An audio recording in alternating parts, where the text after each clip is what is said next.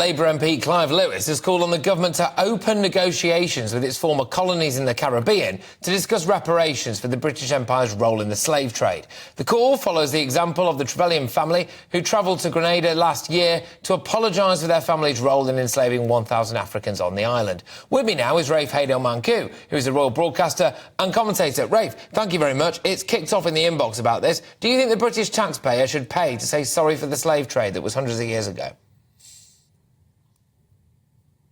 Absolutely not. You know, it's enough of this self-flagellation. It's time that Britain stopped apologising and stopped being lectured and made to feel guilty by these fringe radicals like Clive Lewis. One might ask why he's not protesting, outside the embassies of Chad or Mali or Sudan or Nigeria, which currently have horrific levels of slavery in them. And it's funny how Mr. Lewis and all of his ilk are mysteriously silent about those current atrocities. You might think they've got an ulterior agenda behind them, and it's not really slavery that's the issue.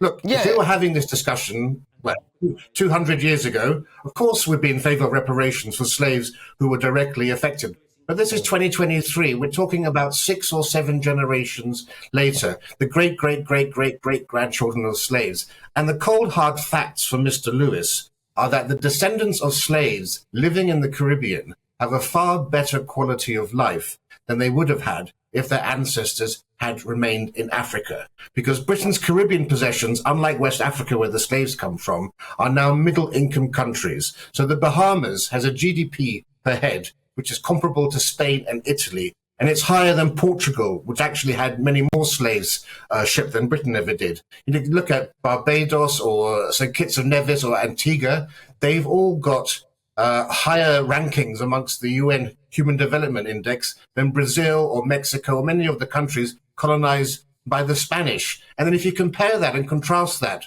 with the countries of West Africa from where the slaves originally came, well, look at Benin, for example. The GDP per capita of Benin here, I've got, is $1,430 per year. In Barbados, it's $17,000. That's 10 times higher. And life expectancy in Benin is 62. In Barbados, it's 79. So yes, slavery was abhorrent, but for those who were enslaved. But had they stayed in Africa, their 21st century descendants today would be living dramatically worse lives. Get a grip. OK, what about the old Barbary slaves as well? Because if we're doing the reparations thing, then maybe they could go the other way. Yeah, absolutely. What about the Barbary slaves? Well, over 1 million white people were brought into slavery in the Barbary slave trade.